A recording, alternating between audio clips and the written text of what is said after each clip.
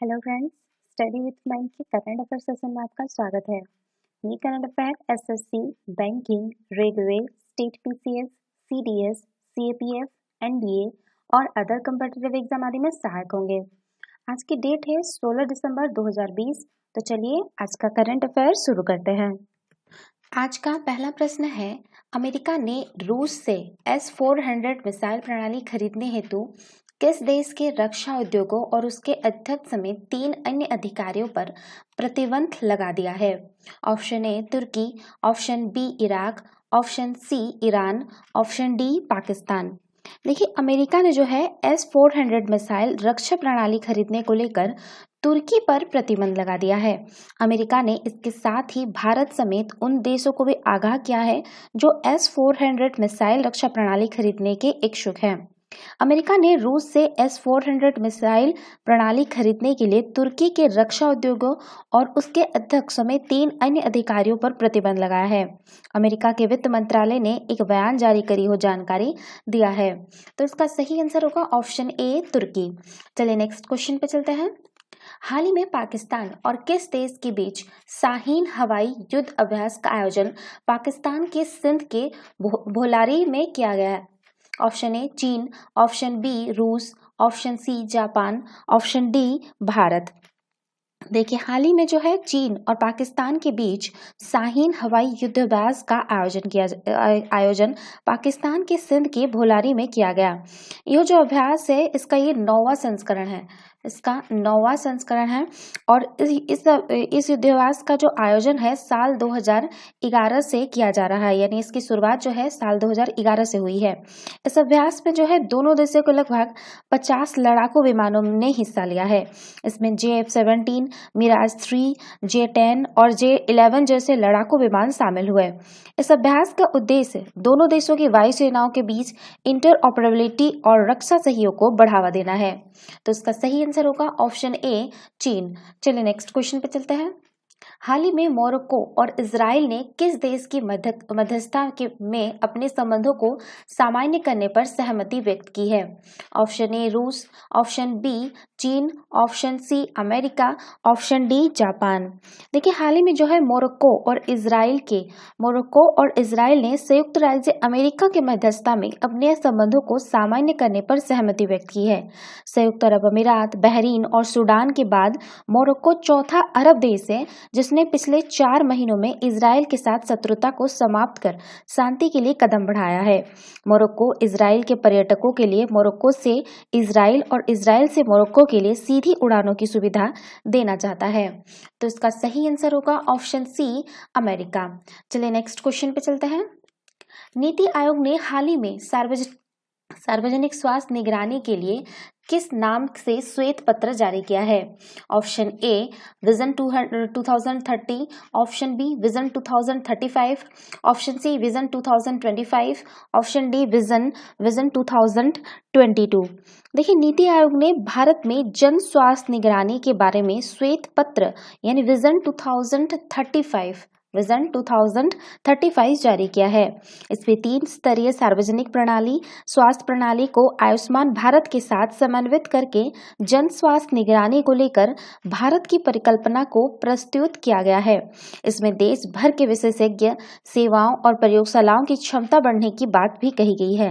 भारत ने स्वास्थ्य संबंधी अंतर्राष्ट्रीय स्तर की आपात स्थिति से निपटने में क्षेत्रीय और वैश्विक नेतृत्व प्रदान करने का भी लक्ष्य रखा है।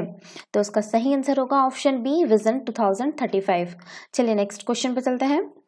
यूनेस्को ने कौन से देश के नाम पर रचनात्मक अर्थव्यवस्था के क्षेत्र में एक अंतर्राष्ट्रीय पुरस्कार की स्थापना करने का निर्णय लिया है? Option A Bharat, option B Sri Lanka, option D Bangladesh, option D Nepal. देखिए, कौन से देश के नेता के नाम पर, ठीक है, ये यहाँ पे आप लोग नेता लिख दीजिएगा, कौन से देश के नेता के नाम पर होगा ये, ठीक है। देखिए, जो आपका है यूनेस्को ने जो है बांग्लादेश के संस्थापक नेता एवं प्रथम राष्ट्रपति बंगबंधु शेख मुजीबुर रहमान, नाम लिख देती हूँ, ठीक है, वैसे तो सबको पता होगा ये नाम, मुजीबुर रहमान, ठीक है।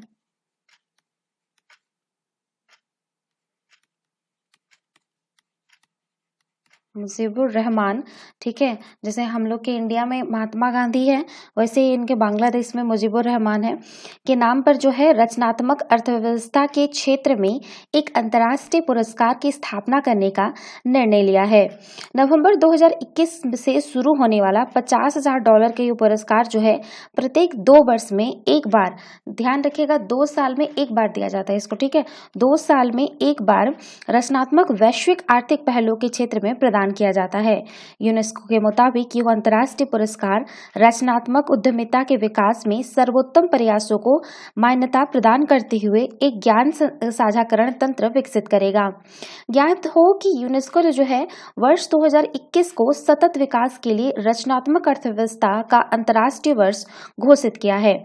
वर्तमान में अंतर्राष्ट्रीय स्तर पर प्रसिद्ध लोगों और संगठनों के नाम पर यूनेस्को ने जो है 23 अंतर्राष्ट्रीय पुरस्कार है। शेख मुजीबुर रहमान को बांग्लादेश का राष्ट्रपिता कहा जाता है और वे बांग्लादेश के लोगों के लिए बंगबंधु के रूप में लोकप्रिय थे।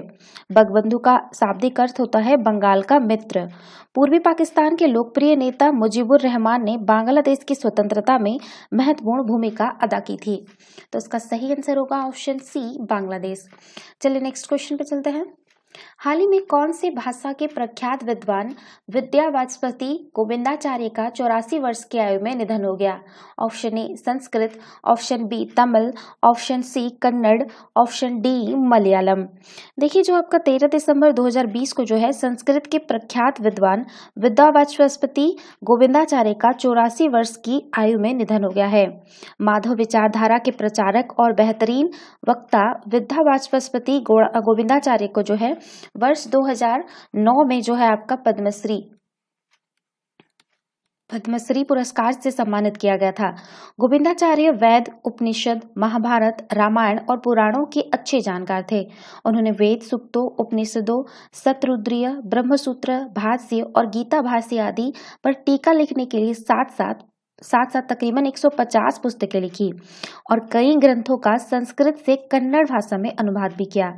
गोविंदाचार्य भाषा द्वारा अनुवादित ग्रंथों में बाण भट्ट का उपन्यास कादम्बरी, कालिदास का नाटक अभिज्ञान शकुंतलम और शूद्रक रचित मुच्चिकट्टम आदि शामिल हैं। भागवत चिंतन में अग्रणी विद्यावाचस्पति गोविंदाचार्य ने भागवत और अन्य पुराणों के दार्शनिक अर्थ पर कई टीका लिखे हैं। गोविंदाचार्य जो है वर्ष 1979 में अमेरिका के प्रिंसटन में धर्म और शांति पर आयोजित वैश्विक सम्मेलन में भारत के ब्रांड एम्बेसडर थे। तो इसका सही आंसर होगा ऑप्शन ए संस्कृत। चलिए नेक्स्ट क्वेश्चन पे चलते हैं। हाल ही में चर्चा में रहा एक ग्रह HD 106906b का सर्वप्रथम कौन से वर्ष हब्बल स्पेस टेलीस्कोप के माध्यम से देखा गया था? Option A 2006, option B 2010, option C 2019, option D 2004। देखिए खगोलविदों ने जो है आपका 336 प्रकाश वर्ष लाइट ईयर्स प्रकाश वर्ष दूर एक ग्रह जो है इसका नाम है HD 106906b के कुछ विशिष्ट लक्षणों का पता लगाया है जो कि हमारे अपने सौर मंडल के एक ग्रह प्लेनेट लाइन में मेल खाते हैं। असल में HD 106906b कोई नई खोज नहीं है बल्कि इसे जो है सर्वप्रथम 2004 में हबल स्पेस टेलीस्कोप के माध्यम से देखा गया था। हालांकि उस समय इसे एक ग्रह की मान्यता प्रदान नहीं की गई थी। अब वैज्ञानिकों ने बीते कुछ वर्षों के आंकड़ों का उपयोग करते हुए इस ग्रह की कक्षा और अन्य महत्वपूर्ण तथ्यों की सटीक गणना की है। वैज्ञानिकों का अनुमान है कि इस रहस्यमय ग्रह की कुछ विशेषताएं प्लेनेट 9 से मिलती है। प्लेनेट 9 हमारे सौरमंडल का एक काल्पनिक ग्रह है। यद्यपि इस ग्रह को अभी तक खोजा नहीं जा सका है, किंतु कई शोधकर्ताओं ने अपने अध्ययन में इस काल्पनिक ग्रह का पूर्वानुमान लगाया है। अनुमान के मुताबिक यदि यह ग्रह असल में मौजूद है तो पृथ्वी की तुलना में 10 गुना बड़ा है। प्लेनेट 9 को लेकर खगोलविदों का पूर्वानुमान सौरमंडल के विभिन्न वस्तुओं के अजीब व्यवहार और विषम संरेखण के कारण उत्पन्न हुआ। खगोलविदों का मानना है कि वो सब प्लेनेट 9 के प्रभाव से हो रहा है। तो इसका सही आंसर होगा ऑप्शन डी 2004। चलिए नेक्स्ट क्वेश्चन पे चलते हैं। हाल ही में चाबहार बंदरगाह के संयुक्त उपयोग के तरीकों और क्षेत्रीय संपर्क बढ़ाने पर चर्चा के लिए भारत और कौन से देश के बीच डिजिटल स्तर पर बैठक आयोजित की गई? Option A Iran, option B Uzbekistan, option C सऊदी अरब, ऑप्शन डी ए और बी दोनों। देखिए, चाबहार बंदरगाह के संयुक्त उपयोग के तरीकों और क्षेत्रीय संपर्क बढ़ाने पर चर्चा के लिए जो है आपका 14 दिसंबर को भारत और ईरान और उज्बेकिस्तान के बीच जो है त्रिपक्षीय बैठक आयोजित की गई है। इस बैठक में तीनों देश ने कोरोना वायरस महामारी के दौरान मानवीय सहायता पहुंचाने में चाबहार बंदरगाह द्वारा निभाई गई प्रशंसनीय भूमिका का उल्लेख किया है। भारत ने इस वर्चुअल बैठक में चाबहार दिवस आयोजित करने का प्रस्ताव किया, जिसका सभी पक्षों ने प्रस्ताव किया है। गौरतलब है कि जनवरी 2021 में भारत अंतर्राष्ट्रीय समुद्री शिखर सम्मेलन आयोजित करेगा। भारत चाबहार को एक अत्यंत रणनीतिक बंदरगाह के रूप में देखता है और इसके लिए मध्य एशियाई देशों को सामरिक साझेदारी के रूप में कार्य करने पर बल देता है। भारत ने उज्बेकिस्तान द्वारा चाबहार पर एक पारगमन मार्ग के रूप में प्रयोग में लाने के लिए दिखाई गई रुचि के लिए इसका स्वागत किया है। भारत के विदेश मंत्रालय का कहना है कि इससे क्षेत्र में व्यापारिक और व्यावसायिक समुदायों के लिए नए आर्थिक अवसर मिलेंगे। तो इसका सही आंसर होगा ऑप्शन डी, ए और बी दोनों। चलिए नेक्स्ट क्वेश्चन पे चलते हैं। हाल ही में कौन से राज्य के मुख्यमंत्री ने अम्मा मिनी क्लिनिक योजना की शुरुआत की है? Option A Tamil Nadu, option B Kerala, option B Karnataka, option C Kerala, option D Andhra Pradesh. देखिए, तमिलनाडु के मुख्यमंत्री के पलानीस्वामी ने अम्मा मिनी क्लिनिक योजना की शुरुआत की है। इसका मकसद जन स्वास्थ्य बुनियादी ढांचे को मजबूत करना है। इस योजना के तहत समूचे तमिलनाडु में 2000 क्लिनिक खोले जाएंगे, जिसमें लोग बुखार जैसी बीमारियों के लिए डॉक्टरों से परामर्श ले सकेंगे। अम्मा मिनी क्लिनिक उन इलाकों में खोले जाएंगे जहां बड़ी संख्या में गरीब आबादी निवास करती है और वहां पर प्राथमिक स्वास्थ्य केंद्र नहीं है। इन क्लिनिकों में दवाई स्टोर होगा और मामूली ऑपरेशन करने के लिए उपकरण होंगे। प्रत्येक क्लिनिक में एक डॉक्टर, नर्स और स्वास्थ्य सहायक होगा। तो इसका सही आंसर होगा option D Tamil Nadu, option A Tamil Nadu. चलिए नेक्स्ट क्वेश्चन पर चलते हैं। हाल ही में निधन हुए प्रोफेसर रोडम नरसिम्हा निम्न में से कौन से क्षेत्र से जुड़ी हुई थी? ऑप्शन ए राजनीति, ऑप्शन बी सामाजिक, ऑप्शन सी अंतरिक्ष, ऑप्शन डी संगीत। सॉरी, ये क्षेत्र से जुड़े हुए थे, ठीक है, जुड़े हुए थे होगा। आप लोग इसको करेक्शन कर लीजिएगा प्लीज, ठीक है, टाइपिंग मिस्टेक है। देखिए, प्रसिद्ध अंतरिक्ष वैज्ञानिक प्रोफेसर रोडम नरसिम्हा का जो है आपका 15 दिसंबर को बेंगलुरु में निधन हो गया है। वो 87 वर्ष के थे। प्रोफेसर नरसिम्हा ने नेशनल एरोस्पेस लेबोरेटरीज के निदेशक और बेंगलुरु में जवाहरलाल नेहरू उन्नत वैज्ञानिक अनुसंधान केंद्र की इंजीनियरिंग इकाई के अध्यक्ष के रूप में भी कार्य किया था। हल्के लड़ाकू विमान जैसे देश में एरोस्पेस कार्यक्रम में योगदान के लिए उन्हें जो है 2013 में जो है पद्म विभूषण से सम्मानित किया गया था। उन्होंने अंतरिक्ष आयोग, प्रधानमंत्री की विज्ञान सलाहकार परिषद और राष्ट्रीय सुरक्षा सलाहकार बोर्ड सहित केंद्र सरकार के विभिन्न निकायों में भी उल्लेखनीय कार्य किया था। तो इसका सही आंसर होगा ऑप्शन सी अंतरिक्ष। तो ये थे आज के करंट अफेयर। वीडियो पसंद आए तो लाइक, शेयर और कमेंट करना ना भूले, साथ ही साथ चैनल को सब्सक्राइब करना ना भूले। Thanks for watching, have a nice day, take care.